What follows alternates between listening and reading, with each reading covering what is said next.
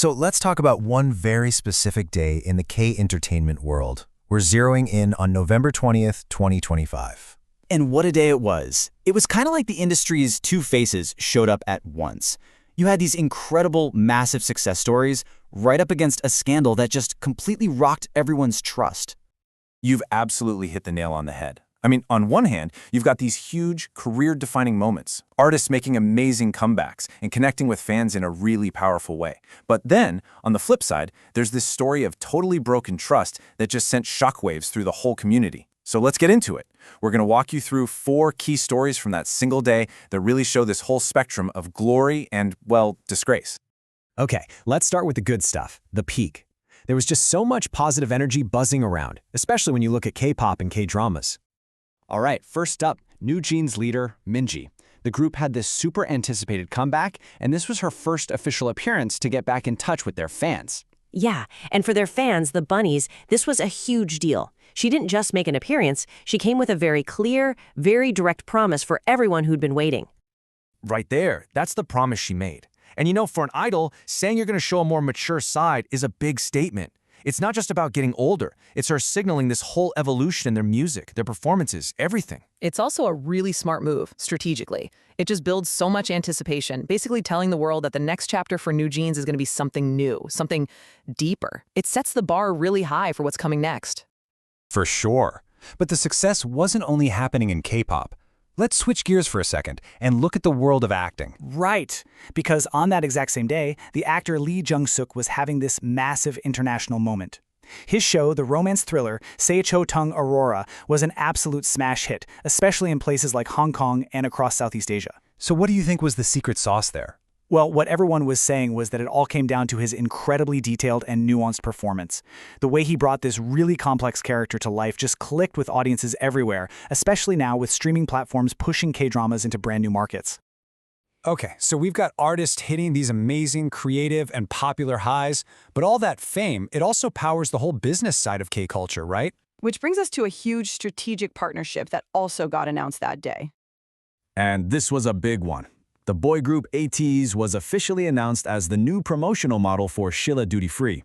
That is a heavyweight partnership. We're not just talking about an ad campaign. This is a major global retailer choosing a K-pop group to be the face of their entire brand. It just goes to show you the kind of economic power these groups have now. The logic from a business perspective is just undeniable. Shilla Duty Free gets this instant, direct line to ATEEZ's enormous and super dedicated global fandom, ATEEZ.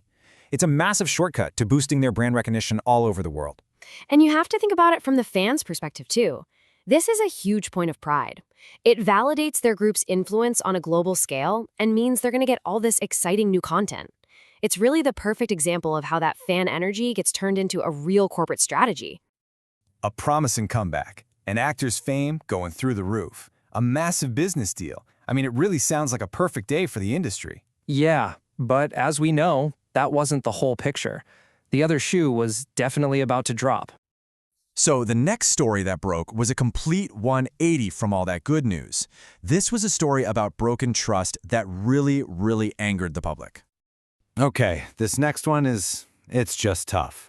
We have to talk about the influencer Kim Na-young. That's right. So for a long time, she had been telling her followers that she was going through a difficult battle with cancer. But the truth that came out was just devastatingly different. It was a complete lie, a fabrication, designed to get people to give her donations. The gap between the image she created and the reality of what she was doing, it's just staggering. So after this all came out, Kim Na-young posted a public apology on her social media. She admitted what she did was wrong and said she was reflecting on it. But the damage was done. And the really crucial thing here is that the conversation immediately got bigger than just one person. It kicked off this huge and honestly necessary debate about the credibility of influencers and the trust we put in the people we follow online. So let's try to bring this all together. When you look at these 4 different stories, all from a single day, a really powerful theme starts to emerge. It all boils down to the incredible influence that public figures have and the massive responsibility that comes with that platform, whether it's used for good or for bad. This really gives us the perfect snapshot of the day. You've got Minzy, using her platform to promise artistic growth. You have Lee Jong-seok, whose talent is being celebrated across the continent. And there's ATs, turning their global influence into a huge business win. And right there, next to all of that positive impact, you have Kim Na-young's story, a really stark reminder of how that same influence can be twisted to betray public trust. It's the light and the shadow of fame, all in 24 hours. In the end, all of these stories, the ones that are inspiring and the one that is just deeply disappointing, they force all of us to ask a really fundamental question. Exactly.